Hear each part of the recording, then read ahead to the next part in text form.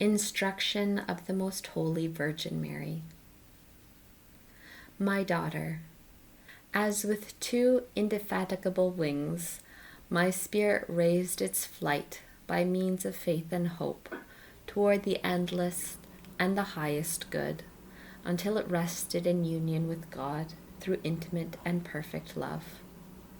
Many times I tasted and enjoyed the clear vision and fruition of Him, but as these blessings were not continuous in my state of pilgrimage, I supplied their place by the exercise of faith and hope. They remained with me during my visions and fruitions, and immediately became active during their absence, preventing any cessation in my high aspirations. The effects of these virtues, the love, the efforts, and the desires which they excited in my soul toward the possession of the eternal fruition of God, cannot be adequately comprehended by the created mind in its present limited state.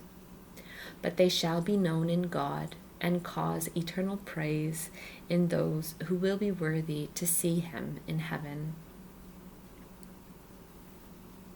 Thou, my dearest, having received such great enlightenment concerning the excellence of this virtue and the works which I practiced by its help, shouldst work without ceasing to imitate me according to the assistance of divine grace.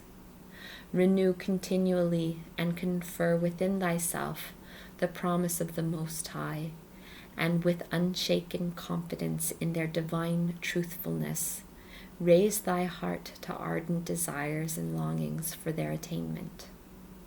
In this firm hope thou canst assure thyself of arriving, through the merits of my most holy Son, at the blessed cohabitation in the celestial fatherland, and at the companionship of all those who there see in immortal glory the face of the Most High.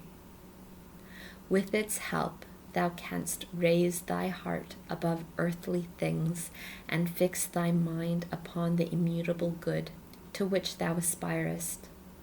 All visible things will appear to thee burdensome and disagreeable, and thou wilt esteem them as vile and contemptible. Nothing wilt thou strive after except that most lovable and delightful object of thy desires.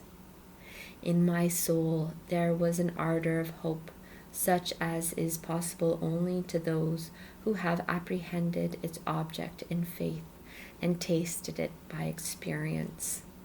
No tongue and no words can describe or express its intensity. Besides, in order to spur thee on still more, consider and deplore with heartfelt sorrow the unhappiness of so many souls who are images of God and capable of His glory, and who, through their own fault, are deprived of the true hope of enjoying it. If the children of the Holy Church would pause in their vain occupations and would take time to consider and weigh the blessings of unerring faith and hope which separates them from darkness, and which, without their merit, distinguishes them from the followers of blind unbelief, they would without doubt be ashamed of their torpid forgetfulness and repudiate their vile ingratitude. But let them be undeceived, for most terrible punishments await them. They are most detestable in the sight of God and the saints, because they despise the blood shed by Christ for the very purpose of gaining them these blessings. As if all were only a fiction, they treat with contempt the blessings of truth, hastening about during their whole life without spending even one day, and many of them not even an hour, in the consideration of their duties and of their danger. Weep, O soul, over this lamentable evil, and according to thy power work and pray for its extirpation through my most holy Son.